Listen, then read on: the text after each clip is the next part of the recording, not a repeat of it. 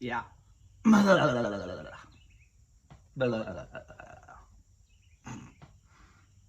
So yeah, what happened to Coffee with Jason? What happened to Coffee with Jason? 4 episodes, and then you're like, oh, bye. Yeah, 4 episodes was Monday, Tuesday, Wednesday, Thursday of last week. It's Thursday of the next week now. So I've missed Friday, Saturday, Sunday because like we were doing other stuff. So then I was like, and now it's Thursday. And Sunday was my last day consuming smokable products, Delta 8 specifically. So I'm out and I'm poor and I can't, you know, I was treating it like medication at one point, but then I was like, okay, well, how often are you actually doing it? So I put my bowl next to a index card, and every single time I smoked, I would write down the time exactly, no judgment, just the time that I was like checking it out like a fucking library book, right? So then I realized that I was headed for the bowl, at least once every hour, if not sometimes twice an hour. And so I was going through a 7 grams, seventh, what's that, eighth, seventh, whatever, in like less than a week, right? So it's like $50 a week. So it's like a $200 a month habit. Who has $200 a month to burn, literally burn? So I stopped, and I knew I was gonna stop the Delta 8, and so I was just like, well, I'll just smoke this however I want to, instead of like checking it out, or instead of like being like, okay, you can only smoke once every 3 hours or something. I'm really giving myself these limits.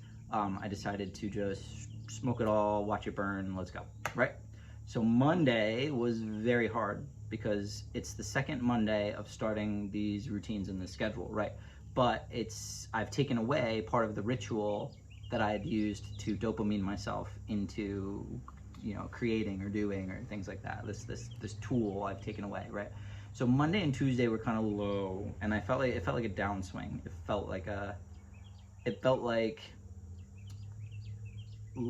like a downswing. There's no other way to really say that. So it felt like a downswing, and I felt like, oh my god, I need Delta 8. I must need it to appropriately reward myself for the things that I do, blah blah blah blah blah. Right. Tuesday was even harder because it was like, oh no, for real, I don't have any. Like, it's not like I'm just gonna like buy.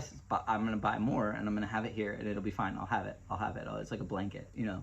And so Tuesday was also hard, and then Wednesday was yesterday, and it was the first time that I thought, why don't I just like placebo myself? Like, let's see, because I remember when I was smoking it, that I would smoke it and be like, I don't get it. Like it makes my breath, it makes my teeth taste bad, like in my mouth, and it does it do anything that is actually worth the smoking and the ritual of habit, the ritual of habit. So Wednesday, like I did when I had Delta 8, I came outside to get ready for the day, and I sat in my chair that I like to smoke in, and I took my bowl and I took my lighter and I closed my eyes, and I walked myself through a meditation where I I played back a memory that I had of smoke coming out of the bowl, or like it being a full bowl too, and like keef on top. It's so pretty. And like I lit my lighter and I watched it burn in my head, and I breathed in a couple puffs, and the puffs came out and I could see the smoke. And I I took a deep breath in and I held it as if I were smoking. And then I blew smoke rings, or I blew it out, and it was this. I went through the mental process of smoking, and because I held my breath too, I got this head buzz, right? It felt like there was like blood in my head, which I think is the key point of like why I smoke anyways, because it makes me feel like I'm actually in my body, like I can feel my face, like I can feel, like when you drink a little bit and you're like, oh, I feel it in my face. I'm like, my face is like that actual psychosomatic, not psychosomatic, actual physiological response to the chemical, right? And so the holding of the breath and things like that, it was interesting because then I was like, I said to myself, okay, you've smoked. Like, what are the things that when you do smoke, you you think are different, or you do differently, or you where what is it, right? And it's like it because I'm not buying anymore, right? I'm not. So I need to get to the point where I don't miss it and romanticize it and glorify it. I need to get to the point where I have a coping, like I have something else, like I have a coping mechanism of of a placebo effect of just holding my breath for a little while, right? And so it worked yesterday. I'm not sure if the inner children, not children, but like inner stubbornness of, or like resent, I don't know, the I want to say the other side, but it's all me.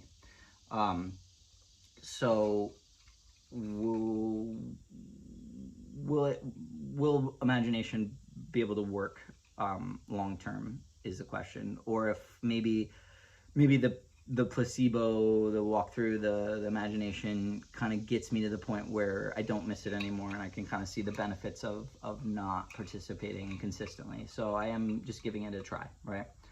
Um, One of the benefits that I see so far is that my weirdness and my quirks and my character in general are now not attributed to cannabinoids, right? It's not like, oh, he's hyper focusing, or he's ADHD stuff, or is now medicated and taken care of, and we're making lists and we're doing the things and stuff, right? But there's still a ebb and flow of that always.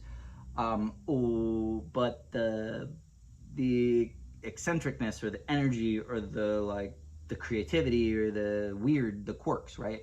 Those now don't have like a scapegoat, right? This is just actually me in the end, unmedicated, not unmedicated, but unweeded. And I hesitate to say weed because Delta 8 is a product of the hemp plant, but it is. I like to say when explaining it to people that if THC were liquor, sorry, it's a little crooked there. If THC were liquor, if weed was vodka, then Delta 8 is a beer. It's like, and that's another reason why I was like, well, why are you participating in this? Like, why are you doing this? Why are you doing this? Because does it affect you in a way? And so now without it, I have to figure out how it did affect me when I did have it. And I'm trying to build a case on more of like, it was just like a crutch in some way, or like a this or that or something. It'd be nice to be able to do it recreationally occasionally, but for me, I like to use it to create things. I like to use it to enhance the creative abilities that are already there, and a lot of my job during the day is creativity. Like, I think that weeding a garden and creating these spaces, and really creating these spaces for the arc biome, and these videos for the arc biome and things like that as my job is a creative process. So there's never been any part of me that's been like, no, you shouldn't smoke while you're at work. And I quote that because if you're your own boss, like, it's really a lot of just like role play in order to be like, this is my job, these are my responsibilities, and I do them, and then afterwards it's my free time, because there is no free time when you clock off. You still work there and live there because it's your house, and therefore you have to continue to take care of it because you're a human that lives in your house, right? Like, so if dishes are part of my job, when I clock out at 5 o'clock and I go home, if there are dishes, I'm not going to not do them, because I'm gonna do them, which means after 5 o'clock I don't get to leave my job and be like, that's cool, great. Or if after 5 o'clock, or after 6, or whatever time people usually leave work, if after that a cool video pops up. It's like, oh, here's a tree that blooms in August and it's just covered in hummingbirds. Like that is a really, really great way to record that. And by recording it, you've not only preserved it for like, AI, future generations, whatever, but you have made it so that that tree has more of a say when one of its limbs break or it gets a disease. You're going to try to fix the disease or fix the limb or something like that, because there's so many things that benefit off of it that if you were just to be like, well, I guess it's dead, then all of that goes away. All of the hummingbirds go away. All of everything that depended on it goes away. So you have more of a, like if it's a system, an ecosystem, part of the biome like this, and it's documented. It's like we've not only noticed this, but we've given it, a platform somehow, and I just want to like make it legit, right? And so some of this let's social media it and let's like, put it up on stuff. It's that it's giving us a validity that that I'm trying to take seriously, and therefore, try to give it out seriously. It gives it a reputation to lose. It makes it a thing, right? So if it's a thing, I'm scared that if I died tomorrow, if I fell off a roof, I'm not going to put that out there because I do have to climb up a roof and unclog a gutter. But if I fell off the roof and I died, I want to lay out the foundation of how do we keep this property what it is, and not just like, oh, he died, I'm selling the property, I can't live here anymore. Whoever comes in next has the option of taking all of these contracts, these mental contracts that I've made with these species, and going back on it. Like, it can't just be the shepherd at the time or the leader at the time who's moving us toward something great, and then the next leader comes in and is like, lawn, that's it, that's all I want, I can't afford to take care of all these trees, fucking cut them down, I hate them. You know what I mean? This place is too special, it's got too much going on here, and I want to prove it by giving these videos to the world here. I want, like, what is the mission? What's the goal, right? And I think that's it, is to just like to have this be something that's named and is a thing, so that in the future it goes on in that specific way, instead of being up for debate and stuff.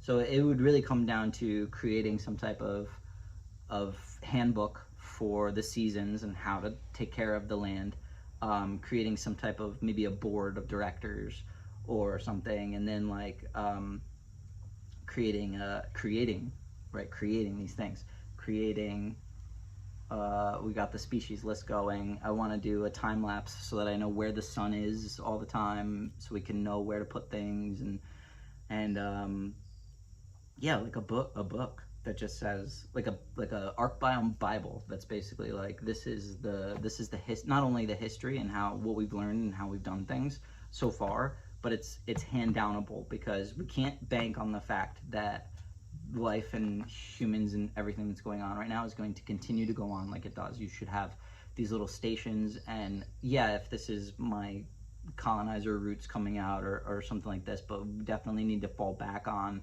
the earth and being like, this is a space where all of my needs as one human should be taken care of within an acre. There's no reason for, like, if you really threw yourself into it, you wouldn't have to use the grocery store, you wouldn't have to use all of this stuff, because everything is here that you need. There are edible plants here. There are ways to cultivate more edible plants. There are ways to use the land to help not only yourself as a Homo sapien, but everybody here, because we're all connected, right? And so I think a lot of this is that I want to help people be more mindful of the things that they take, the space they take up as a human, and the things that they take, and then the things that they take and then they tarnish, and then they use to pollute the land and to demolish these habitats and these little environments that are happening. Because it's easy to be like, I'm a human and I'm on an acre, or I'm on 2 acres, or I'm in an apartment, or I have an HOA, or like whatever. But when you kind of like take like an Ant-Man brain where you're like, I can go small, I can go big, holy shit, like zooming in and zooming out of this, you imagine yourself as a insect, and their world is a lot smaller. Their world is this whole acre. They're not gonna like fly off 3 acres from here, or like over like 3 acres from here. There's a a tree with some flowers. That bee is I don't know. I know they have big territories sometimes, but these plants and animals, they have like maybe a 20-foot radius around them, and that might be all they see and all they know ever, like these little bugs, and they're just like, hey, cool, I live here, blah blah blah. And then all of a sudden, this little space that's been theirs this whole time, their entire life, because their lifespan is like 2-3 weeks and that's it, you go into this space and you just like weed whack, and they're like, holy shit, like all of a sudden, like I can imagine them having like little religions where they like think of me as a god and like also the devil, because it's like, oh, this horrible thing happened because you brought the lawnmower through here, and like it just like chopped up all of these praying mantises that were hanging out here and like chilling, and then you had a leftover beer, so you went outside and you just like poured it into the lawn. Well, you've flooded this entire area with this, what even is it to them, beer? I think about a lot of that stuff. There's a fly on my face. Flies like salt. You can see them when they land, and you let them land, they just like they lick you.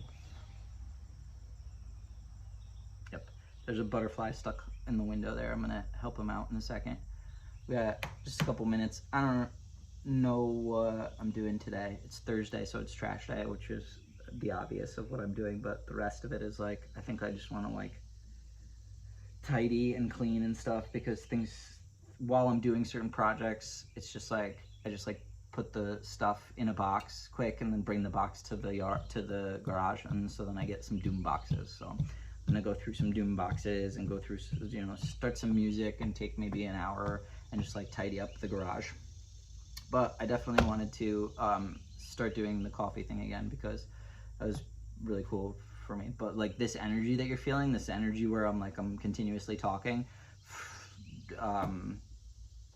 Friday, Saturday, Sunday we had plans. I didn't do any, I didn't check in. And then Monday, Tuesday, Wednesday was just like really low, like downswing, because I was convinced that I had lost something that I had needed, right? So now I'm doing the placebo imagination high, placebo high, if you will. My therapist this morning suggested maybe like tipping upside down, like for like doing downward dog or something, just to get that blood feeling that I like. And that's it, yeah. So I'm gonna go, film a video for the Arc Biome TikTok, which means I'm gonna try to find a species and do like a little biopic for that species. Yeah, just like pick a species and freaking do it, right? Get it done. What is it gonna look like? I'll figure it out, but I'm gonna get that done. And that's it, yeah. So it's Coffee with Jason, and I appreciate you watching and listening, and I'm gonna sign off now. Nope, I'm gonna spill my coffee everywhere.